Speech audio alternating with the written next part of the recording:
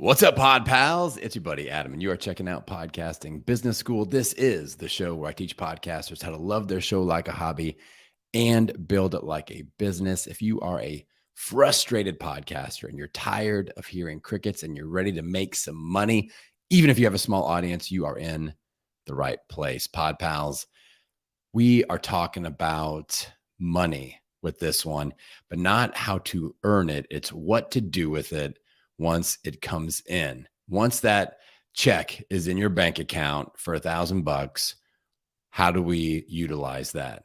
What do we use for expenses? Can I pay myself? What about taxes? What about things like investing in retirement? So I'm going to dish out my top tips on how I use a system called Profit First in my podcasting business. And this has been a game freaking changer for me. This saved my gym business. This has made things so simple for me for my podcasting business as I've built it out. So first things first, what is Profit First? Profit First is a book. It's a system developed by Mike Michalowicz. All right. I had Mike on my health show back in the day on Million Pound Mission, and he's amazing. This is a must-read book.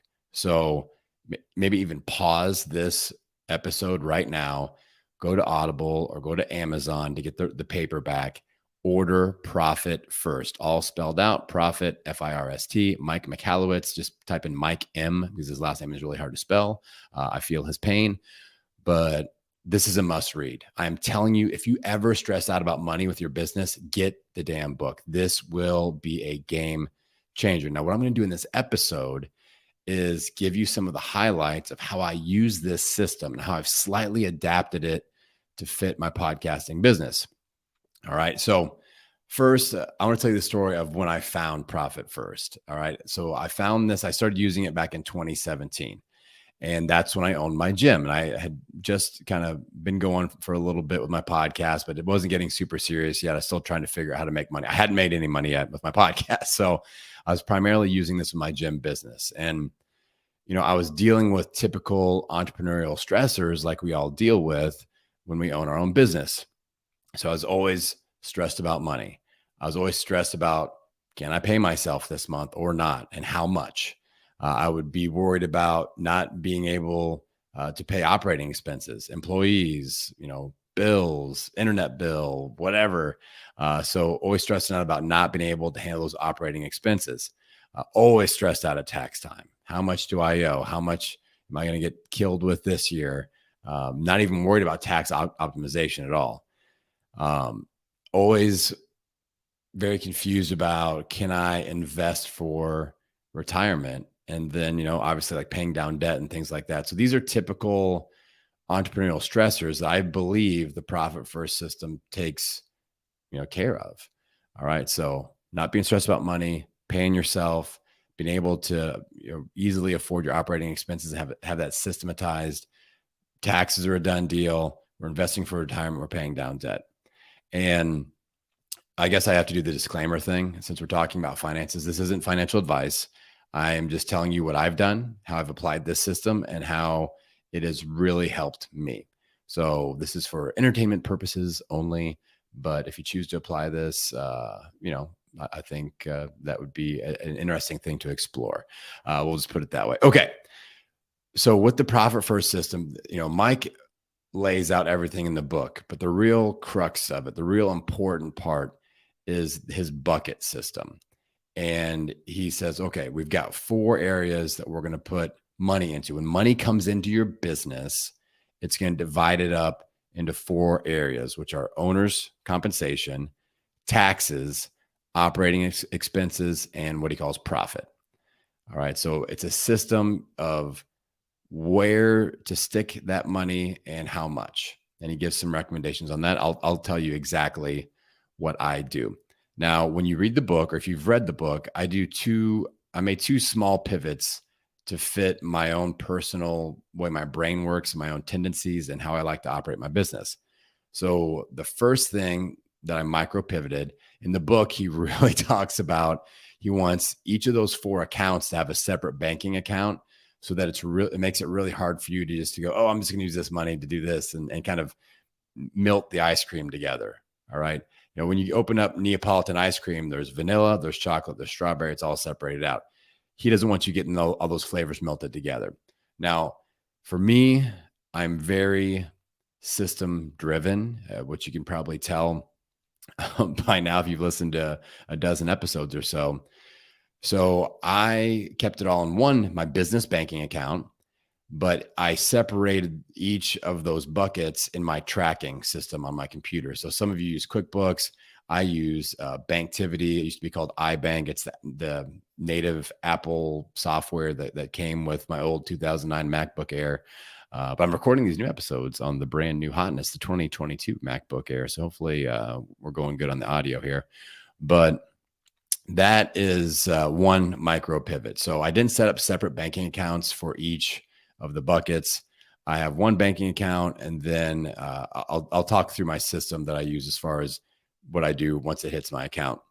But I have 4 different buckets inside of my Banktivity app, which is where I track all my finances and all my payments received and all that stuff. So that was one micro pivot. The second micro pivot is the buckets themselves, and specifically one bucket. So the traditional profit first system with the buckets is one bucket is owner's compensation. That's your paycheck as an owner. There is a tax bucket. So money goes into there. It's saved for tax payments, whether you do quarterly, yearly, whatever, or catch up payments. OpEx, operating expenses. That's for all your bills, all your internet bill. If you have a VA, if you have like a software like Kajabi or Calendly, all that's coming out of operating expenses. And then he's got a fourth one, which is profit. And traditionally that would be a smaller amount. He talks about in the book, starting that at 3 to 5% of revenue that comes in, and maybe even just 1%. And that is just for you just to spend on whatever. So for me, I tried that for about a year, and I need to be more specific. I need to know where every dollar is going, and I need to have an objective. So I couldn't just be like, oh, the profit just goes to whatever I feel like spending that month. Some of you, that'll be fine with. For me, that didn't work. So what I do right now is I have owner's comp, taxes, operating expense, and then investment, specifically like retirement investment or cryptocurrency investment. And so I set aside a percentage just for investment. So instead of the profit bucket, I created an investment bucket. Now, what I would do potentially if I were you, if you have debt that you're trying to pay down, I would create 5 buckets. So in addition to the investment, I would have a debt pay down bucket. So I would take that profit bucket and split it up into 2 buckets, which would be debt pay down and then the investment for retirement, because these are all important things. All right. And if we can systematize these 5 areas like that, these are the areas where we struggle as business owners, as entrepreneurs. So owner's comp, money comes in. I'm going to do an example here in a second. Money comes in, that goes towards your paycheck. That way you're always able to pay yourself something. And you can adjust the percentages up and down to get to the level that you're like, all right, this is good. Or if there's a surplus, I'll talk about adjustments here in a second. Taxes, a certain percentage goes into taxes so that we are good. And I always keep mine a little bit ahead of pace just so that I know if I have a big year, we're good. All right.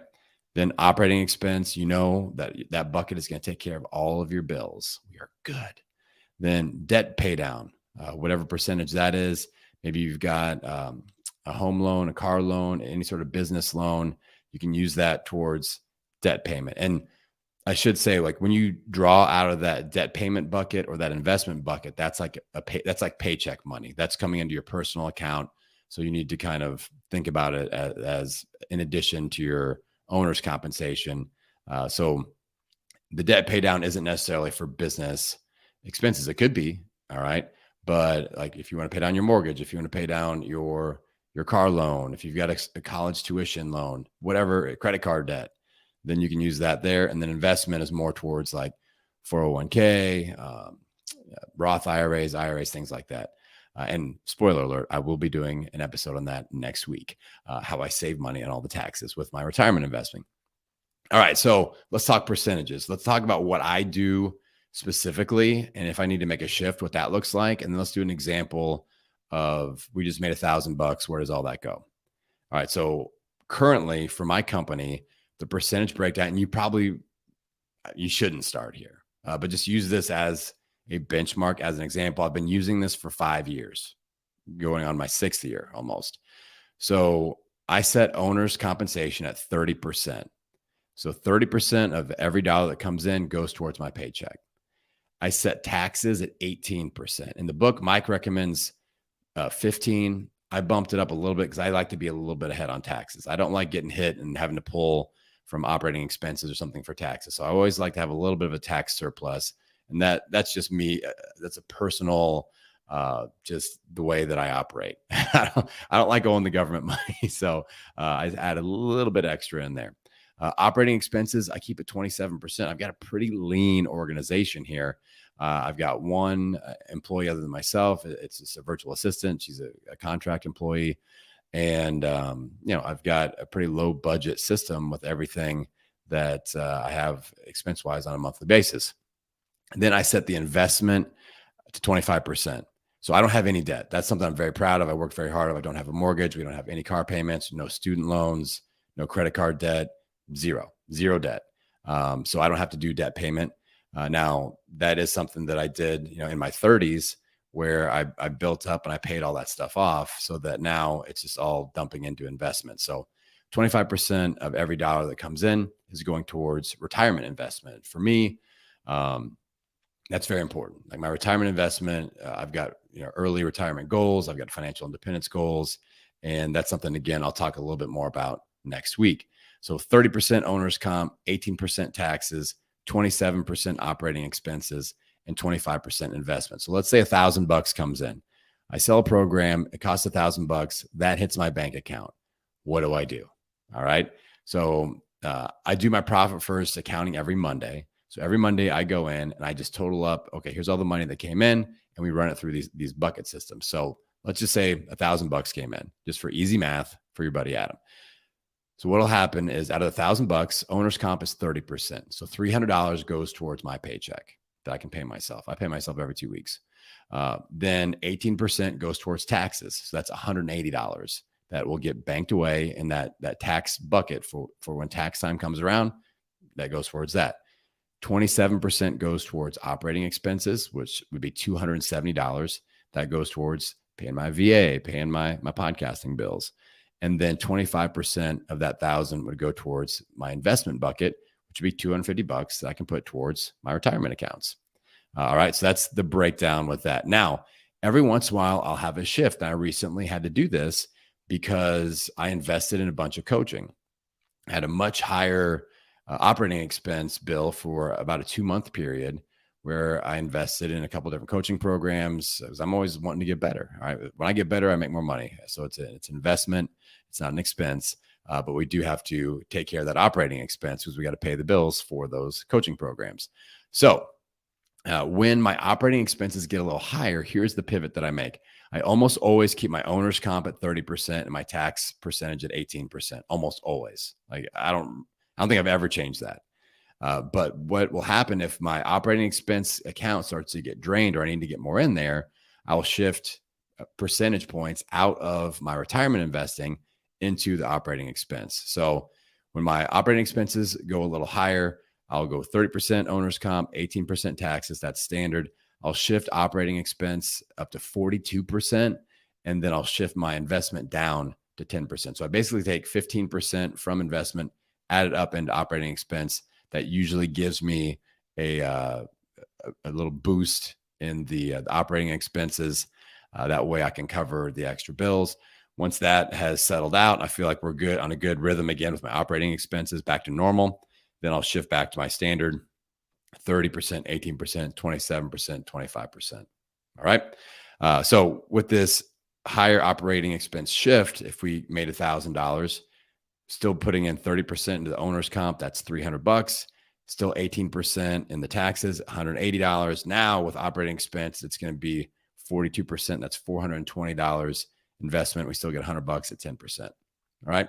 So that's what I do very specifically. Now, Mike makes specific recommendations in the book, so start there. But again, if you're like me, and if you're in debt, and if you suck at investing in retirement, I would highly recommend want you to consider breaking that profit bucket up into investment or investment/debt repayment. All right. That way we're taking care of all of these stress points. So again, let me remind you of what this has helped solve for me. Again, I didn't invent this. Mike Michalowicz did. This is, you got to get the book. I can't recommend it highly enough. So I don't stress out about paying myself anymore. I just look at the owner's comp bucket. I know I've got a certain amount in there. I go, okay, I like to pay myself X amount per month. We're good. We're good for several months. Awesome. That takes a lot of stress off. Taxes, I can look at that and go, okay, this is what I paid last year. We're growing a little bit. So we're a little bit ahead of that pace. Okay, we're good. Operating expense, I know about what we spend every single month. We're good there. Then investment, that always feels good. Like I'm investing and we're building towards that early retirement financial independence goal. And so that takes a lot of stress off and it is awesome. Now, I will put a link to the book. I'll do an Amazon affiliate link. That way, in case you want to use that, I'll get like $1 or something out of that deal. I'll put that in the show notes. Otherwise, just go to Audible or Amazon, search Profit First, FIRST, Mike Michalowicz, Mike M, and that should pull right up and dig in. And then maybe come back and listen to this episode again. It'll make a lot more sense. Hopefully it made some sense with the buckets. That's the crux of the issue. That's the real nugget you need to take away. So I would say you've already listened to this whole episode. Good job. Go get the book, listen to that, read that, come back, listen to the episode again, start your application, because this will take a lot of stress off your shoulders and it'll give you, just peace of mind. You can, like when I invest in coaching before, it'd been like, can I invest in coaching? Can I afford that? Now I just look at my operating expense account and I go, yeah, I'm good. And I'm gonna shift the percentages a little bit. That'll help pay it off in time or whatever. And we're good. So that is awesome. Now, next week, I'm going to talk about my early retirement goals, my plan to be retirable by 45, between 45 and 50 is when I'll probably end up hanging it up. And I just turned 42. So you got another 3 solid years with me, folks. So just, buckle in and be ready for that. But what my goals are, how I figured those numbers, and what I'm doing with my retirement, but specifically tax saving strategies, because that's one and the same to me. It's like, how do we invest in our retirement, but also save a ton on taxes? I'll tell you everything that I do, the specific accounts that I set up, everything to max out your tax savings and get you some rocket fuel towards retirement. And I'm very, very excited about that. So if you enjoyed this conversation, you'll probably enjoy that one as well. And until then, I will send you out into the world wishing you health, happiness, and many downloads. We'll see you.